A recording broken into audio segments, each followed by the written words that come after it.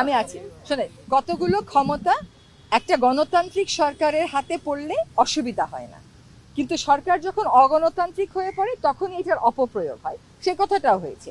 কোন বিধানগুলো অপপ্রয়োগ করার যাচ্ছে সেগুলো আইডেন্টিফাই করে বাতিলের কথা বিবেচনা করা হচ্ছে।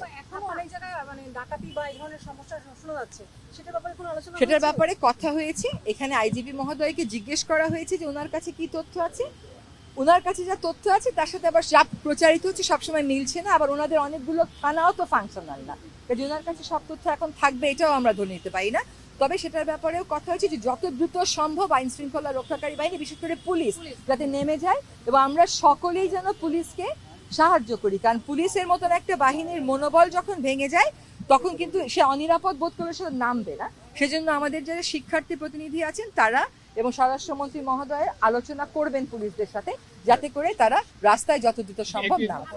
মেয়াদের বিষয়ে এখন আলোচনা করাটা বা সিদ্ধান্ত নেওয়াটা সম্ভব না, কারণ আপনি যদি কি রিফর্ম চান এটা না বুঝে তো আমি মেয়াদের কথা বলতে পারবো না। আর রিফর্ম যদি আপনারা না চান তাহলে আবার আরেক কথা। হ্যাঁ, কাজে এখনই মেয়াদ করে অস্থির হওয়ার কিছু নাই।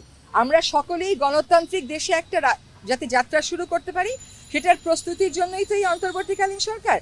সেই প্রস্তুতিটা নেওয়ার জন্য যেটুকুন সময় দরকার শুধুমাত্র সেটুকুন সময়ই আমরা নেব।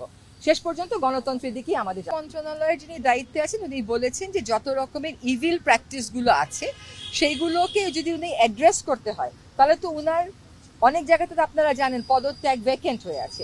ঠিক লোকগুলোকে দিয়ে ওই জিনিসগুলো আইডেন্টিফাই করে অবশ্যই ওগুলোর ব্যাপারে ব্যবস্থা নেওয়া হবে, কিন্তু সুনির্দিষ্ট করে একটা দুর্নীতি বা একটা ব্যাড প্র্যাকটিস নিয়ে আজকে আলোচনা হয় না।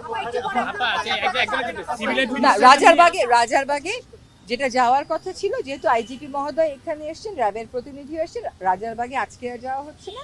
আজকে স্বরাষ্ট্রমন্ত্রী মহোদয়ের সাথে এনারা বসবেন, স্বরাষ্ট্র উপদেষ্টার সাথে আজকে ওনারা বসবেন এবং সেখানে আরেকটু বিস্তারিত